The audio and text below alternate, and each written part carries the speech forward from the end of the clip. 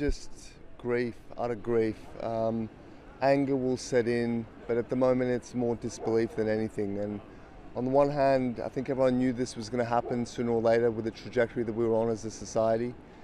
But for it to actually happen here at our Hanukkah event in Bondi Beach, which every year is just the most beautiful family event with kids running around, and you know, it's a celebration. And to think that people were there with heavy weapons, picking off children and the elderly, and just getting all the facts this morning and hearing about more dead and people dying overnight in the hospital and the ages of the deceased. You know, a man who I knew very well in his 90s is dead, a survivor of the Holocaust.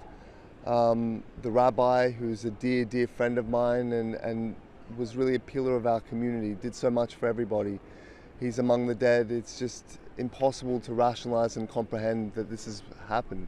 Oh, look, I mean, this is obviously the heart of the community. This is, you know, the core of Jewish life in this city, but it's also a Hanukkah event. You know, it's not a random attack that happens to ensnare the Jewish community.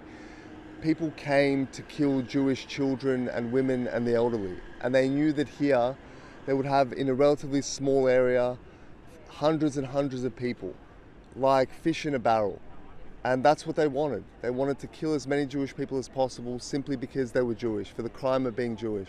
Look, I remember speaking to the media outside my former home on January 17th after the firebombing attack there.